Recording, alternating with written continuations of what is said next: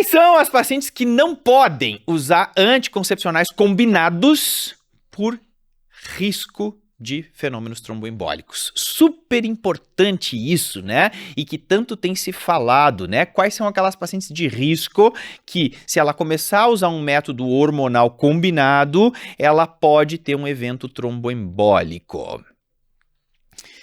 Isso é super difícil, né, no dia a dia. Às vezes a gente tem tanta informação deturpada, né, agora como a gente tem muita informação que chega rápido, né, por redes sociais, por WhatsApp, às vezes as coisas acabam ficando de uma forma muito deturpada e a gente fica com dificuldade de entender, né, o que é científico e o que não é. Então, olha só, eu vim trazer de uma forma bem objetiva as informações oficiais da Organização Mundial da Saúde, que tem um estudo muito grande em anticoncepção. Eles elaboraram, né, uma diretriz oficial que se chama Critérios de Elegibilidade para o uso dos métodos contraceptivos. E o que eles colocam de uma forma bem objetiva, se a gente for resumir toda a tabela que eles trazem para nós? Pacientes em risco de fenômenos tromboembólicos que não podem usar métodos combinados por conta do estrogênio, né? Que não podem usar estrogênio. Vamos lá. Pacientes que tiveram história de um evento tromboembólico prévio. Se eu tenho uma paciente, né, que ela te diz, olha, eu tive uma trombose já, tive que ficar anticoagulada, foi muito ruim, né?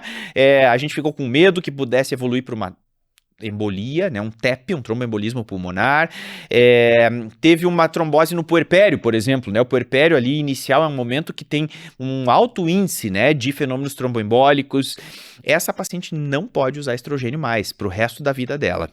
Ou se ela tem um diagnóstico de uma trombofilia hereditária. Digamos que na família dela já teve várias pessoas, né, que tiveram um evento tromboembólico e resolveram fazer aí o exame, né, para diagnosticar, e ela se descobriu ser portadora, né, na mutação congênita no fator 5 de Leiden. Ou tem deficiência de proteína S, tem deficiência de antitrombina 3, tudo isso é trombofilia, né? Se existe uma trombofilia diagnosticada, não pode usar estrogênio. Então, história pessoal de evento tromboembólico vai contraindicar o estrogênio. Trombofilia, diagnóstico de uma trombofilia hereditária, vai contraindicar o uso do estrogênio. Super importante, paciente que fuma e que tem 35 anos ou mais não pode usar método com estrogênio. É formalmente contraindicado. Por quê? A gente tem aí o cigarro, né? O tabagismo, ele é um fator de risco super importante para evento tromboembólico. A gente tem o estrogênio, que a gente sabe que acaba aumentando o risco de fenômeno tromboembólico, e temos o fator idade, né? Então, são três coisas, as três juntas vai aumentar o risco de ter uma trombose, né? Então, não pode, né? Paciente que fez 35 anos, fuma e tá usando sempre aquela pílula anticoncepcional e ela diz assim, pois mas eu sempre gostei dessa pílula, queria continuar. Bom, a gente tem duas opções. Quando ela fez 35 anos, ou ela para de fumar, que seria o ideal, né? Essa é a melhor das opções, eu sempre digo isso para as pacientes. Claro que não é fácil, né? Depende de um tratamento, de uma equipe multidisciplinar, mas se a paciente estiver motivada, né, a gente já tem meio caminho andado. Então, super importante a gente dizer isso para ela. Ou para de fumar, ou a gente vai ter que tirar o estrogênio a partir de agora e entrar com um método só de progestogênio. Pode ser uma pílula de progestogênio isolado, pode ser um injetável trimestral, pode ser um implante subdérmico, ou ainda um método intrauterino, né? Um DIU de cobre ou um sistema intrauterino liberador de levonorgestrel. Super importante, então, com relação ao tabagismo, a gente fazer essa avaliação quando ela tiver 35 anos ou mais. Tem uma exceção à regra que é o injetável mensal. Como o injetável mensal, ele tem como componente estrogênico o valerato de estradiol e alguns preparados com enantato, o tipo de estrogênio dos injetáveis mensais não é o etinil estradiol.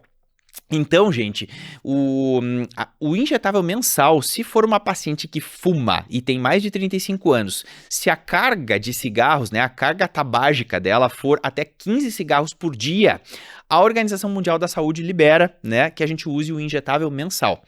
Então, cuidado com isso. O único método combinado que pode ser usado por uma tabagista com 35 anos ou mais é o injetável mensal, desde que ela fume até 15 cigarros por dia. Se é mais de 15 cigarros por dia, não, nem o injetável mensal vai poder. Fechado?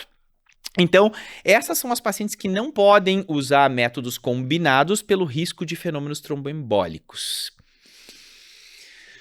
Para finalizar esse raciocínio, não esquece disso. Muita gente confunde na prática história de fenômeno tromboembólico prévio com varizes. Gente, varizes é outra coisa. Se a paciente tem varizes de membros inferiores, não é contraindicação.